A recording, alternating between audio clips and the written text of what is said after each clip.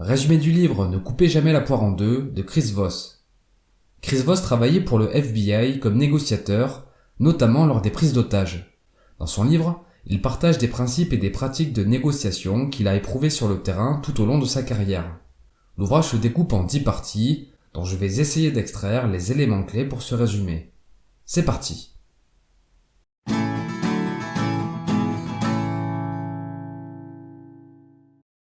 Première partie, comprendre les règles de la négociation.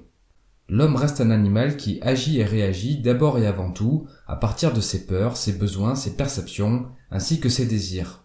Notre système de pensée par défaut repose sur le ressenti et l'émotion. Ce système 1, rapide et intuitif, est lié à notre système de pensée plus lent et rationnel qui s'appuie sur la logique, le système 2. Un négociateur doit chercher à atteindre le système 1 émotionnel de son interlocuteur pour être capable ensuite d'agir sur le système 2 et ainsi piloter sa rationalité. La négociation remplit de fonctions essentielles: collecter l'information et influencer les comportements. Elle repose sur 4 principes de base. Séparer la personne l'émotion du problème, se concentrer sur les intérêts de son interlocuteur plutôt que de se focaliser sur ce qu'il demande, travailler de façon coopérative pour générer des options gagnant-gagnant, et enfin, établir des standards acceptés des deux côtés pour évaluer les solutions possibles. À ce propos, l'écoute est l'un des plus puissants outils de la négociation. La clé est de montrer un désir sincère de mieux comprendre ce que ressent l'autre en faisant preuve d'empathie. Continuons avec le deuxième grand principe, être un miroir. Un bon négociateur doit se tenir prêt à faire face aux imprévus et anticiper les surprises. La négociation n'est pas un duel d'arguments, mais un processus de découverte. Le but est de capter le plus d'informations possible. Ainsi, plutôt que de s'attacher à des suppositions, il convient de considérer et tester rigoureusement ces hypothèses.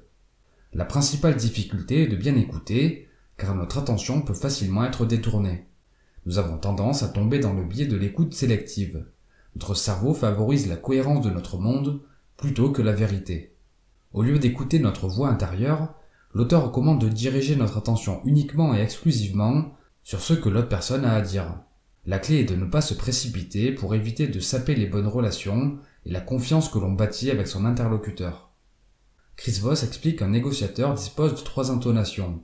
La voix directe ou assurée à utiliser rarement car elle cause des problèmes et un rejet. La voix d'animateur de talk-show nocturne, une intonation descendante, calme et lente, à employer ponctuellement pour faire passer un message. Et enfin, la voix positive ou enjouée, à employer par défaut. Lors d'une négociation, la clé est de se détendre et sourire, car la positivité engendre de l'agilité mentale. Quand les gens sont dans un état d'esprit positif, ils pensent plus vite et ont plus de chances de collaborer et résoudre des problèmes. Un autre outil simple et efficace consiste à imiter son interlocuteur en répétant les derniers mots importants qu'il vient de prononcer. La mise en miroir s'appuie sur un principe biologique puissant. Nous craignons ce qui est différent et nous sommes attirés par ce qui est similaire. En fin de compte, pour réussir une négociation, il ne faut pas chercher à avoir raison, mais avoir le bon état d'esprit.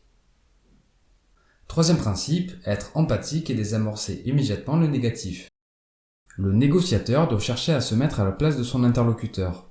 Pour ce faire, l'auteur propose l'empathie tactique, qui consiste à penser depuis le point de vue d'un autre pendant qu'il parle, afin de mieux évaluer ce qui le fait agir. En comprenant les motivations et émotions d'autrui, le négociateur montre qu'il est à l'écoute, ce qui incite l'autre à se livrer. Une technique consiste à utiliser l'étiquetage, c'est-à-dire renvoyer à l'autre ses émotions. Pour ce faire, il convient dans un premier temps de détecter l'état émotionnel de son interlocuteur. Ensuite, il faut nommer l'émotion à haute voix en utilisant par exemple des tournures de phrases telles que « on dirait que »,« il semble que »,« on a l'impression que », etc. Une fois l'étiquette présentée, il est recommandé de rester silencieux afin d'encourager l'autre à réagir. En parallèle, il faut garder en tête que lors d'une négociation, l'interlocuteur a davantage tendance à s'attacher aux raisons qui s'opposent à un accord. Le moyen le plus court et le plus efficace pour établir rapidement une bonne relation est de reconnaître et d'adoucir les points négatifs, ainsi que de renforcer le positif. Quoi qu'il en soit, Chris Voss conseille de passer en revue les accusations pour couper les dynamiques négatives avant qu'elles ne s'enracinent. Quatrième principe, se méfier du oui et maîtriser le non. Pour l'auteur, le oui est le but d'une négociation. Cependant, il est dangereux, car il peut être contrefait. Les gens ont tendance à dire oui non pas par conviction, mais pour ne pas froisser leur interlocuteur. De ce fait, il convient plutôt de viser un non au début d'une négociation et de parvenir à un oui progressivement. Dire non est une sorte de protection qui induit un sentiment de sécurité et de contrôle. En affirmant ce que l'on ne veut pas, on définit son espace et on acquiert la confiance et le confort qui nous permettent d'être à l'écoute. Pour pousser quelqu'un à un non, il existe plusieurs astuces. Volontairement mal nommer l'une des émotions ou désirs de son interlocuteur, demander à la partie adverse ce qu'elle ne veut pas, ou poser une question ridicule à laquelle on ne peut pas répondre par la négative, comme par exemple « on dirait que vous voulez que ce projet échoue ». Chris Voss précise toutefois que les outils évoqués dans ce chapitre sont difficiles à utiliser car ils vont directement à l'encontre de l'un des impératifs sociaux les plus importants de nos sociétés, soyez gentils. Cinquième principe, viser le c'est vrai. Pour rendre possible un changement de pensée et de comportement, il faut créer un regard positif et inconditionnel sur son interlocuteur. Dès lors qu'une personne se sent comprise, elle aura plus de chances d'adopter une attitude constructive. En ce sens, obtenir un c'est vrai lors d'une négociation est une avancée décisive. Dire c'est vrai, c'est admettre que les propos et jugements de l'autre sont fidèles à ce que l'on veut faire transparaître. Pour persuader quelqu'un qu'on le comprend réellement, l'auteur suggère d'employer des résumés constitués d'une étiquette et d'une paraphrase. Sixième principe, déformer la réalité de son interlocuteur. Dans ce chapitre, Chris Voss partage plusieurs conseils de négociation. Premièrement, ne jamais faire de compromis. Il vaut mieux une absence d'accord qu'un mauvais accord. Deuxième conseil, s'appuyer sur le temps, la patience et les échéances. Une échéance incite les gens à accélérer le processus de négociation et à prendre des décisions impulsives qui vont contre leur intérêt. Troisième conseil, employer le mot juste et s'en protéger. L'utilisation d'une phrase comme « nous ne voulons que ce qui est juste » s'appuie sur un levier émotionnel qui peut être exploité pour mettre l'interlocuteur sur la défensive et aider à obtenir des concessions. Un négociateur peut contrer cette attaque en demandant d'expliquer en quoi on le traite de manière injuste. Quatrième conseil, déformer la réalité de son interlocuteur en ancrant son point de départ. Par exemple, établir un ancrage extrême afin que l'offre réelle paraisse raisonnable. Laisser les autres parler pour découvrir leur propre ancrage, utiliser une fourchette pour paraître moins agressif, ou encore s'assurer que l'interlocuteur pense qu'il a quelque chose à perdre s'il n'agit pas. Septième principe, créer l'illusion du contrôle en posant des questions calibrées. Dans une conversation, c'est celui qui écoute qui a le contrôle, car il peut mobiliser l'énergie de celui qui parle à ses propres fins. Autrement dit, celui qui parle révèle des informations, alors que celui qui écoute, s'il est bien entraîné, dirige la conversation vers son but. C'est pourquoi il ne faut pas chercher la confrontation en obligeant son interlocuteur à admettre que l'on a raison. Il convient plutôt d'établir une négociation constructive en amenant subtilement l'autre à faire le travail pour qu'il suggère lui-même la solution que l'on veut. La clé est de donner à son interlocuteur l'illusion du contrôle. Les questions calibrées ou ouvertes qui commencent par comment ou quoi sont de puissants outils car elles encouragent l'autre à détailler ses réponses et ainsi obtenir des informations importantes. Exemple, qu'est-ce qui est important pour vous ici? Comment pouvons-nous résoudre ce problème? Ou que cherchons-nous à accomplir ici? Attention, Chris Voss précise que sans self-control et sans régulation des émotions, il sera difficile de créer l'illusion de contrôle. Pour garder son self-control, il est préférable de tourner 7 fois sa langue dans sa bouche avant de parler, ou encore de marquer des pauses, et éviter des réactions émotionnelles d'énervement lorsqu'on est attaqué. La règle est simple, ne pas répliquer lorsqu'on est attaqué verbalement. Huitième principe, garantir une bonne application des accords. Pour atteindre un vrai bon accord, il faut savoir détecter et manipuler les signaux subtils et non flagrants. À ce titre, il est nécessaire de savoir repérer les menteurs, gérer les crétins et charmer les autres. Pour déceler un menteur, une technique consiste à suivre la règle des 7-38-55. La communication est à 7% verbale, à 38% vocale et à 55% corporelle. En prêtant une attention soutenue au ton de la voix et au langage corporel, il est possible de détecter des incohérences entre les mots et les signaux non verbaux qui indiqueront lorsque l'interlocuteur ment ou n'est pas à l'aise avec un accord. Chris Voss propose également d'utiliser la règle des 3 pour déceler un mensonge. L'objectif est de faire parvenir l'interlocuteur à réaffirmer l'accord à 3 reprises à l'aide de questions calibrées, résumées et étiquettes. En effet, il est difficile de mentir ou de simuler une conviction de façon répétée. Pour détecter les signaux faibles, une autre recommandation est de faire attention aux pronoms. L'utilisation des pronoms apporte une connaissance approfondie de l'autorité relative de quelqu'un.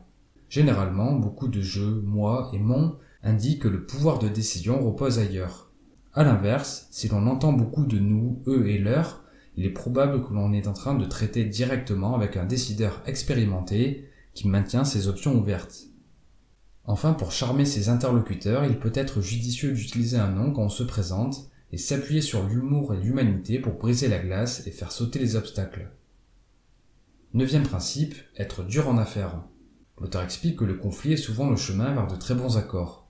Il partage plusieurs conseils à ce sujet. La première recommandation est de déterminer le style de négociation de son interlocuteur.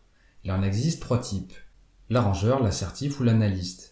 Chaque profil n'adopte pas le même comportement face à une même situation. Par exemple, pour un arrangeur, le silence est signe de colère. Pour un analyste, le silence signifie juste qu'il veut réfléchir. Un négociateur doit donc traiter chaque type de profil de manière différente. Un second conseil est de se préparer à prendre des coups. D'une part, il faut élaborer un but ambitieux et légitime et une stratégie pour ne pas avoir besoin d'improviser. Les meilleurs négociateurs commencent généralement avec une offre ridicule et un point d'ancrage extrême pour déstabiliser. À l'inverse, les gens sans préparation tentent à aller directement à leur maximum sans même lutter. En parallèle, il faut préparer des tactiques d'esquive pour rendre les coups et ne pas être aspiré dans le piège du compromis. L'auteur propose le modèle Ackermann. La stratégie consiste à préparer un plan qui comporte un point d'ancrage extrême, des questions calibrées et des offres bien définies. L'objectif est d'augmenter progressivement ces propositions jusqu'à l'accord souhaité et préalablement défini. 10e principe, trouver le signe noir. Un signe noir est une sorte d'inconnu inconnu qui aura un impact considérable sur la négociation. Les détecter est une tâche intrinsèquement difficile car on ne sait pas quelles questions poser. Chris Voss propose cependant quelques techniques pour les débusquer et les exploiter. Premièrement, travailler pour comprendre la religion de la partie adverse. Quelle est sa vision du monde? Pour la découvrir, la clé est d'écouter attentivement tout ce que dit son interlocuteur, car le diable se cache dans les détails. Deuxième conseil, trouver les leviers dans l'imprévisible prévisible. Un levier est un moyen d'infliger des pertes et ou conserver ses gains. On en distingue 3 types. Les leviers positifs, ce que désire l'interlocuteur et que le négociateur peut satisfaire. Les leviers négatifs, les moyens qu'a le négociateur pour faire du mal à son interlocuteur. Et les leviers normatifs, les normes et standards de la partie adverse que le négociateur peut utiliser pour faire progresser sa position s'il découvre des incohérences entre les croyances et les actions de son interlocuteur. Troisième technique, exploiter le principe de similarité. Nous faisons davantage confiance aux gens qui nous ressemblent ou qui nous sont familiers. Il convient donc de chercher ce qui motive les gens et leur montrer que l'on partage les mêmes préoccupations. Quatrième technique, passer du temps en tête-à-tête avec son interlocuteur. Il est possible d'en apprendre beaucoup plus lors d'une entrevue de 10 minutes que des jours et des jours de recherche. Et enfin, 5e technique, prêter une attention particulière à la communication verbale et non verbale de son interlocuteur dans les moments de relâchement. Les hommes d'affaires savent que les meilleures affaires se font en dehors du cadre professionnel. Pour résumer et conclure, on peut reprendre la feuille de négociation que présente Chris Voss en annexe, car elle liste les clés d'une négociation. Première clé, le meilleur scénario. Définir le meilleur résultat que l'on souhaite atteindre et la manière idéale de l'obtenir. Deuxième clé, les résumés. Être capable de résumer la situation de manière à ce que l'interlocuteur réponde « c'est vrai ». Troisième clé, les étiquettes et l'audit des accusations. Préparer les accusations que pourrait faire l'interlocuteur et les formuler par la tournure de phrase « on dirait que ». Quatrième clé, les questions calibrées. Révéler grâce à des questions ce qui a de l'importance pour soi et son interlocuteur et repérer les potentiels obstacles à un accord. Et enfin, dernière clé, les offres non monétaires. Préparer une liste de biens non monétaires qui pourraient avoir de la valeur pour son interlocuteur. Merci pour votre attention, j'espère que ce résumé vous a plu. Si c'est le cas, vous pouvez me le faire savoir en laissant un pouce bleu ou en commentaire. Comme d'habitude, vous pouvez télécharger la fiche de lecture sur mon site internet. Vous trouverez également un lien affilié vers la page Amazon du livre en description. Pour finir, je vous invite à vous abonner à la chaîne et à activer la cloche de notification pour être informé lorsque de nouvelles productions paraîtront.